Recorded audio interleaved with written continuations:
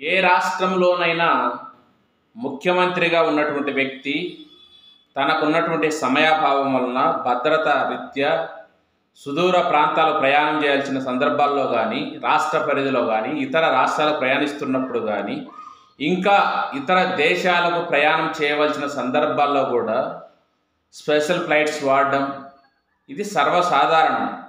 ఎందుకంటే రాష్ట్ర ముఖ్యమంత్రిగా ప్రోటోకాల్ ప్రకారము ఆయనకు ఉన్నటువంటి వెసులుబాటు. కానీ ప్రస్తుతం ఆంధ్రప్రదేశ్లో ఉన్నటువంటి ఒక విచిత్రమైనటువంటి పరిస్థితి ఏంటంటే ముఖ్యమంత్రితో పాటు అటువైపు ఉన్నటువంటి డిప్యూటీ ముఖ్యమంత్రి పవన్ కళ్యాణ్ గారు, ఇంకొక మంత్రి నారా లోకేష్ గారు, ఇంకా కొంతమంది మంత్రులు వాళ్ళల్లో అనగాని సత్యప్రసాద్ లాంటి వాళ్ళు వీళ్ళందరూ కూడా రాష్ట్ర పరిధిలో పర్యటిస్తున్నప్పుడు కానీ ఇతర దేశాలకు పోతున్నప్పుడు కానీ ఇతర రాష్ట్రాలకు పోతున్నప్పుడు కానీ స్పెషల్ ఫ్లైట్స్ ఉపయోగించడం జరుగుతుంది. సరే, రాష్ట్రంలో సాధారణంగా వాళ్ళకు ఉన్నటువంటి అధికార రీత్యా ప్రోటోకాల్ ప్రకారము ఈ యొక్క ప్రయాణానికి సంబంధించినటువంటి ఖర్చులు కానీ ఇతర డైలీ ఖర్చులు కానీ ఇవన్నీ కూడా ప్రభుత్వమే భరిస్తుంది. సరే, ఈ ప్రయాణం అంటే గగన ప్రయాణానికా లేదా రోడ్డు మార్గానికా లేదా జల మార్గానికా అనేటువంటి వ్యత్యాసం అనేది చూడవలసి ఉంటుంది. అది రోజు ఎంత లిమిటు, ఎంతవరకు చేయొచ్చు అనేది కూడా ఉండొచ్చు. సరే, ఏదేమైనా కూడా వాళ్ళు ప్రయాణించడానికి కొంత వెసులుబాటు ఉంది. అది కూడా ప్రభుత్వ ఖర్చుల ద్వారానే. సరే, వాళ్ళ యొక్క ఇష్టం, వాళ్ళ యొక్క ఒక రకంగా చెప్పాలంటే విచక్షణ మీద కూడా ఆధారపడి ఉంటుంది. సాధారణంగా ఒక ముఖ్యమంత్రి మాత్రం ఏ సందర్భంలోనైనా ఎంత ప్రయాణానికైనా ఆయనకు ఉన్నటువంటి రక్షణ పరంగా సాధారణంగా ఎక్కువగా గగన తలంలోనే ప్రయాణిస్తూ ఉంటారు. తర్వాత గవర్నర్ గారు కానీ లేదు ఇంకా డీజీపీ లేదా చీఫ్ సెక్రటరీ స్థాయి వ్యక్తులు కానీ ఇంకా ఏదైనా రాష్ట్రంలో విపత్కరమైన పరిస్థితులు ఏర్పడినప్పుడు అంటే వరదలు కానీ కరువులు కానీ లేదా మొన్న కరోనా లాంటి పరిస్థితులు వచ్చినప్పుడు ప్రత్యేకంగా ఈ మెడిసిన్స్ ట్రాన్స్పోర్ట్ చేయడానికి కానీ ఇలా రకరకాల సందర్భాలు లేదు ప్రభుత్వం ఒక ప్రత్యేకమైన ఆపరేషన్ ఏదైనా చేపట్టినప్పుడు కానీ నక్సలైట్లకు సంబంధించి ఇంకా ఏమైనా కొన్ని ముఖ్యమైనటువంటి ఆపరేషన్లకు కానీ వీటన్నింటికి కూడా సాధారణంగా హెలికాప్టర్లు కానీ ప్రత్యేక విమానాలు కానీ ఇవన్నీ వాడుతూ ఉంటారు. వాటిల్లో ఎవరికి ఇబ్బంది కూడా లేదు, ఎవరు కూడా వాటిని గురించి ఆలోచించాల్సిన అవసరం కూడా లేదు. కానీ ప్రస్తుతం రాష్ట్రంలో ముఖ్యంగా ఆంధ్రప్రదేశ్లో కూటమి ప్రభుత్వంలో ఉన్నటువంటి మంత్రులు విచ్చలవిడిగా పరిధిని మించి ఉపయోగిస్తున్నారు. ముఖ్యంగా ఎవరైతే డిప్యూటీ సీఎంగా ఉన్నటువంటి పవన్ కళ్యాణ్ గారు అయితే ఈ మధ్యకాలంలో అమరావతి టు హైదరాబాద్ మనకిన్న పల్లెల్లో పల్లె వెలుగు బస్సు లేదా షటిల్ సర్వీస్ బస్సులు ఉంటాయి, అంటే అక్కడికి ఇక్కడ తిరుగుతూ ఉంటాయి. అలా తిరుగుతున్నాడు అనేటువంటి ఒక ఇది బయటికి రావడం జరిగింది. సరే, ఇక్కడ అలా తిరగడం కరెక్టా కాదా, ఆ స్థాయిలో ప్రభుత్వం వారి ప్రోటోకాల్ ప్రకారము ఆ ఖర్చులు భరించవచ్చా లేదన్నది అది ప్రభుత్వమే ఆలోచించాలి, ప్రభుత్వమే నిర్ణయించేటువంటి అవకాశం ఉంది. తర్వాత నారా లోకేష్ గారు ఇంకా మంత్రులు ఎవరైనా సహజంగా మంత్రులే, ముఖ్యమంత్రి తర్వాత అందరూ మంత్రులే. సరే, రాజకీయ అవసరాల కోసం కొన్ని రాజకీయ పార్టీలు కలిసి కూటమిగా ఏర్పడినప్పుడు అటువైపు ఉన్నటువంటి వ్యక్తికి సమాన స్థాయి కల్పించాలనే ఉద్దేశంతో డిప్యూటీ సీఎం అనేటువంటి ఒక పదవిని తగిలించి మేము కూడా సీఎంకు సమానంగా అనేటువంటి ఒక అభిప్రాయాన్ని కలిగించడం కోసం చేస్తున్నటువంటి రాజకీయ ప్రయత్నమే ఈ డిప్యూటీ సీఎం అనేటువంటి ఒక పదవి. సరే, ఈ డిప్యూటీ సీఎం పదవి అనేది ఈ తెలుగు రాష్ట్రంలో ముఖ్యంగా నవ్యాంధ్రప్రదేశ్ ఏర్పడిన తర్వాత కొత్తదే ఏమనంటే కొత్తదేం కాదు. ఇదే డిప్యూటీ సీఎం పదవి అనేది నవ్యాంధ్రప్రదేశ్ ఏర్పడిన తర్వాత ఏర్పడిన మొట్టమొదటి గవర్నమెంట్ కూడా ఆ రోజు కూటమి ప్రభుత్వమే. చంద్రబాబు నాయుడు గారు ముఖ్యమంత్రిగా ఉన్నటువంటి 2014 నుంచి 19 మధ్యలో అప్పుడు ఉప ముఖ్యమంత్రులుగా ఇద్దరుండేవాళ్ళు, కె కృష్ణమూర్తి గారు, చినరాజప్ప గారు. కానీ ఆ రోజు వాళ్ళు ఎవరు కూడా ఇట్ట ఫ్లైట్లు వాడడం కానీ అనవసరమైనటువంటి ఒక రకంగా చెప్పాలంటే ఖర్చులు అనేటివి లేవు. సరే, ఇప్పుడు కూటమిలో వాళ్ళ ప్రత్యేక పరిస్థితుల దృష్ట్యా ఇలాంటి రాజకీయ అవసరాల కోసం వాడుతున్నారే అనుకుందాం, లేదు ప్రభుత్వమే వాళ్ళకు కొన్ని వెసులుబాట్లు కల్పించిందే అనుకుందాం. కానీ మీరు ఏం చేస్తున్నారు? అసలు రాజకీయ నాయకులకు పదవులు కానీ ఒక ప్రభుత్వం కానీ ఎందుకు ఏర్పడుతుంది?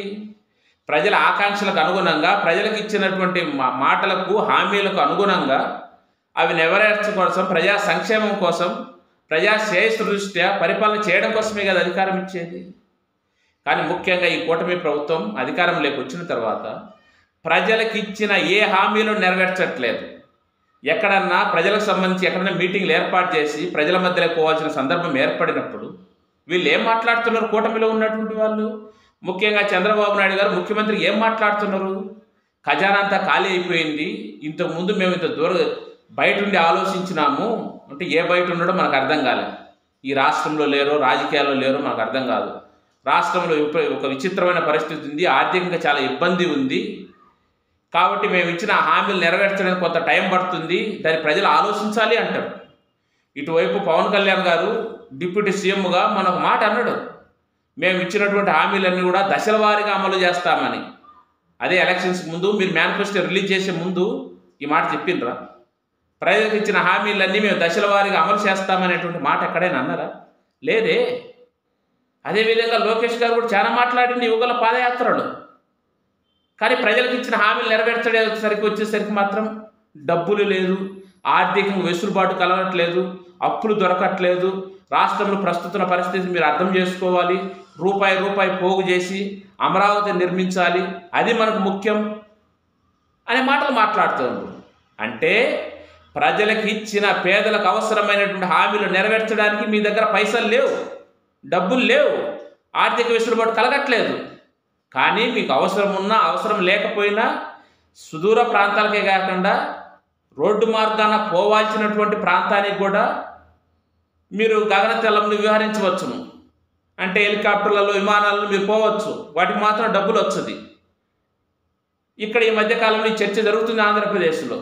ఒకవేళ మీరు ప్రయాణిస్తున్నటువంటి ఈ ప్రయాణం మీ సొంతదైతే మా సొంతదని చెప్పండి, లేదు ప్రభుత్వం తరపున అయితే ఇంత దుబారు చేయడం మంచిదా కాదని మీరు ఆలోచించుకోవాలి. అదేగిన ఇప్పుడున్నటువంటి కూటమి ప్రభుత్వం కాకుండా వేరే ప్రభుత్వం ఆంధ్రప్రదేశ్లో ఉండింటే, ఎవరైతే ఈ కూటమికి అండగా దండగా ఈ రాష్ట్రంలో నిలబడుతున్నటువంటి మీడియా, ముఖ్యంగా ఏబిఎన్, TV5, ఈటీవీ, మహాన్యూస్ లాంటి వాళ్ళు ఎంత యుద్ధం చేసేవాళ్ళు. గతంలో ముఖ్యమంత్రిగా జగన్మోహన్ రెడ్డి గారు ఉన్నప్పుడు తమ పిల్లలను లండన్లో చదువుకుంటున్నప్పుడు ఆ 5 ఏళ్లలో కలిపి ఒక 2-3 సార్లు ఆయన పోవడం జరిగింది. ఎన్ని విమర్శలు చేసిండ్రు? ఆయన ఒక రాష్ట్ర ముఖ్యమంత్రి. ఈరోజు చంద్రబాబు నాయుడు గారు ఎక్కడికి పోయినా ఎవరు ఏమనట్టేదే. ఆ రోజు ముఖ్యమంత్రిగా జగన్మోహన్ రెడ్డి గారు చేసిన పర్యటనలకు ఎన్ని విమర్శలు రాసిండ్రు. ముఖ్యంగా ఎవరైతే ఈ TV5లో ఉండేటువంటి మూర్తి కానీ, సాంబశివరావు కానీ, ఏబిఎన్లో ఉన్న వెంకటకృష్ణ కానీ, మహాన్యూస్లో వంశీ కానీ, వాళ్ళొక జర్నలిస్టులుగా మాట్లాడే మాటలు కాకుండా ప్రత్యర్థి రాజకీయ పార్టీ నాయకులు ఏ విధంగా అయితే మాట్లాడుతారో ఆ విధంగా టీవీ స్టూడియోలో కూర్చొని నిత్యం యుద్ధం చేసేవాళ్ళు అబద్ధాలతో. మరి ఈరోజు ఎందుకు మీరు ఈ విషయాలు చెప్పట్లేదు? ఎందుకు ఇంత దుబారా ఖర్చు, రాష్ట్రంలో ఆర్థిక పరిస్థితి లేదని ఒకవైపు మాట్లాడుతూ ఇంత దుబారా ఖర్చును వీళ్ళు ఈ యొక్క ఫ్లైట్లకు ఖర్చు పెడతా ఉంటే మీరు ఎందుకు మాట్లాడరు అంతే. ఎందుకంటే మనకు కావాల్సిన వాళ్ళు కదా, మనకు కావాల్సిన వాళ్ళకి ఇబ్బంది చేకూర్చకూడదు కదా, మనకు కావాల్సిన వాళ్ళు ప్రజల దగ్గర చెడ్డ చేయకూడదు కదా. అలాంటి ఆలోచన ఉంది. మరి అర్థం చేసుకోవాలి. ఒకసారి ఏదైనా మీ మీద విమర్శలు వస్తే ఆ విమర్శకు సమాధానం చెప్పాలి. ఇప్పుడు మీరు ఉపయోగిస్తున్న ఈ వాయు మార్గానికి సంబంధించిన ఖర్చులు ప్రభుత్వ ఖర్చులా, లేదు మీ వ్యక్తిగతమా? వ్యక్తిగతమైతే ఇబ్బంది ఏం లేదు. వ్యక్తిగతంగా ఈ 3-4 మంత్రులే కాకుండా ప్రస్తుతం కూటమిలో ఉన్నటువంటి 164 మందికి సంబంధించి ప్రతి ఎమ్మెల్యేకి ఒక విమానమో ఒక హెలికాప్టర్ కొనిచ్చుకోండి, ఎవరికి ఇబ్బంది లేదు, దాని గురించి ఎవరు మాట్లాడరు. కానీ ప్రస్తుతం మీరు చేస్తున్న ఖర్చు ప్రభుత్వం మీద కాదా అనేటువంటి వివరణ ఇవ్వాలి. ఒకవేళ నిజంగా ప్రభుత్వం మీద అయితే మీరు ఖచ్చితంగా దుబారు చేస్తున్నట్టే. ఎందుకంటే ప్రజల శ్రేయస్సు, ప్రజల యొక్క సంక్షేమం ఫస్ట్, ఆ తర్వాత మీ హంగు ఆర్భాటాలు. దానికోసమే కదా ప్రజలు తీర్పిచ్చింది. అవన్నీ మర్చిపోయి ఇంతకుముందు పవన్ కళ్యాణ్ అన్నట్టు ఎవడరా మనల్ని ఆపేదని ఈ 4 సంవత్సరాలు ఎవరు ఆపరు, ఎందుకంటే అధికారం ఉంది కాబట్టి. మళ్ళీ ఎలక్షన్స్ వచ్చినప్పుడు ప్రజలు ఆపాలను ఇంకోటి చేయాలని ఆలోచిస్తారు. కొద్దిగా ఆలోచించండి. మనం నీతులు చెప్పడం కాదు అధికారంలో లేనప్పుడు, అధికారంలో ఉన్నప్పుడు అలాంటి విమర్శలు రాకుండా, అలాంటి తప్పులు చేయకుండా ఉండగలగడమే కదా. కొద్దిగా ఆలోచించండి. రాష్ట్ర ప్రజలందరూ కూడా ఆలోచించాలి దీని మీద.